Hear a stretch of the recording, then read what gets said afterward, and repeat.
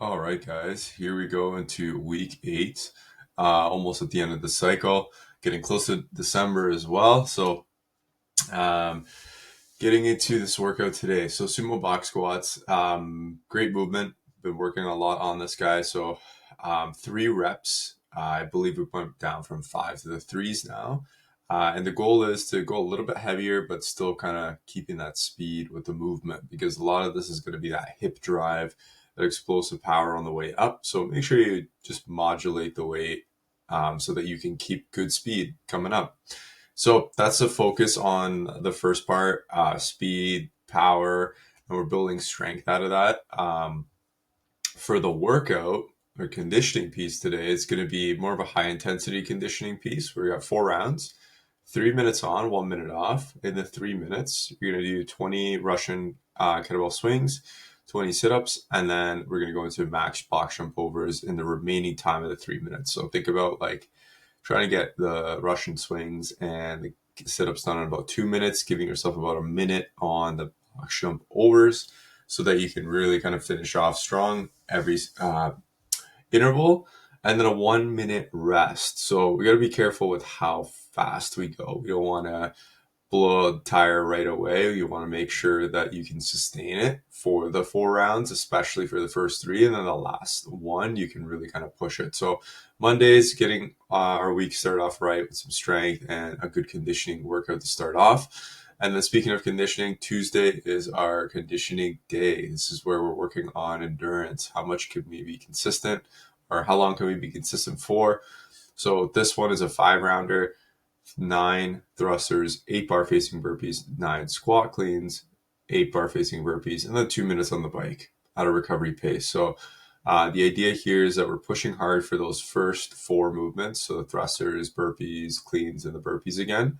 And then on the bike, just recovering, just going at a pace that we can kind of catch our breath so that we can hit the next round at a similar or higher intensity. So think about like how you pace those first 4 movements. We want to be at like an 80 or 90%.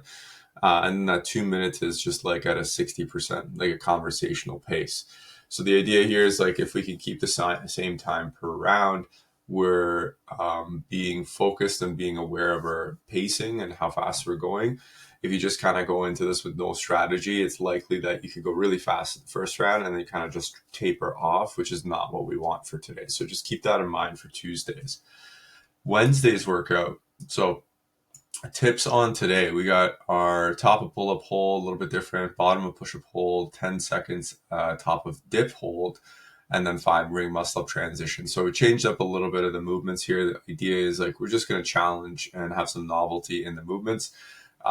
Idea here is to build strength and then actually go into some ring muscle up transition work too as well. So we're going to still keep that theme moving forward, but really doing a lot of isometric holds to strengthen those end ranges of motion. And if you haven't already heard from me with isometrics, such a good way to build some really good strength. And it's a safer way to do it than dynamically moving through a range of motion. So working at the bottom of a pull-up or the top of the pull-up is a great way to just build better awareness, better strength than just going through the pull-up motion itself, especially if you're kind of stuck. This is a good way to kind of start to move through that plateau a little bit better. And then our workout, 10 minutes, 10 parallel shoot throughs. We haven't done these in a long time. So I'm excited to see these guys show back up into a workout, and then 40 double unders, just a pair of those two. 10 minutes. This is going to be a high intensity conditioning workout. And I would say like a lot of upper body is going to be taxing this one. The shoot throughs combined with the double unders, expect the shoulders to get that fatigue today. So 10 minutes, just give it your all, just keep moving and have fun with that new movement. Thursday, we're going to hit up some of those accessory movements, barbell inverted row. So kind of like a ring row, but with a barbell, alternating Supermans per side, and then one arm kettlebell suitcase deadlift per side. So we're working on a little bit of core, a little bit of legs, and our upper body, and going through 3 to 5 sets here in about 15 minutes there with a 60-second rest at the end of each round.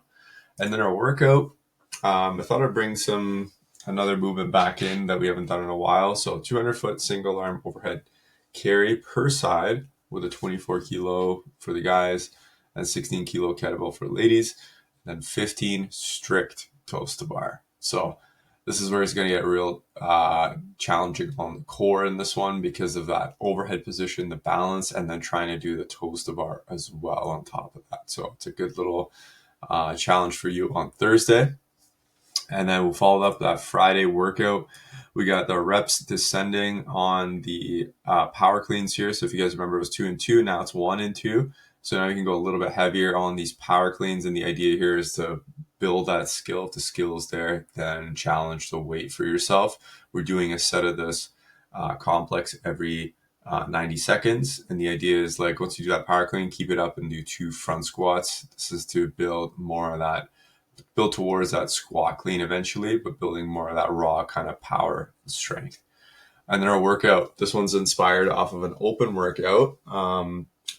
2 rounds, 25 deadlifts, 25 wall balls, 25 cal row, 25 handstand push-ups, and then go back and do it one more time. So a good strength and conditioning workout. This will be more challenging on the posterior chain. So a lot of the muscles on our backside with the deadlift, wall ball, calorie row, especially those 3, are a lot of posterior chain activated movements. So I would say break it up early. It's just so you can be consistent with this going through those 2 rounds, so that when you hit the next round, you're not like completely gassed.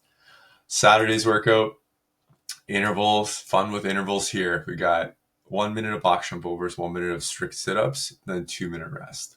1 minute of assault bike cals, 1 minute of strict pull-ups, 2-minute rest. 1 minute of shuttle runs, and then 1 minute of single leg squats, 2-minute rest. And then we're going to do all of that 3 times. So this one is a good little workout. We're going to be challenging a little bit of everything. We got some strength and we got some conditioning, but we're challenging our strength under some fatigue. As you notice, like the cardio movements are first before you go into that strength movement. So that'll be a good challenge for you. But then you got a good 2-minute rest. So it's like a 1-to-1 kind of ratio. And then finally, Sunday workout, 12 rounds for time in teams or individual, 100-meter run, 10 burpees, 10 GHD hip extensions, 10 push-ups, and then a 100-meter run at the end. So this one, just keep it moving, keep the heart rate up. The conditioning is the effect that we're trying to get out of this. So make sure you choose movements today where you can just keep a steady pace moving through this one. So that's week 8, guys, of the programming. Hope you guys get a good insight and have some tips going into today. And we'll see you guys in the following week for the next set of workouts.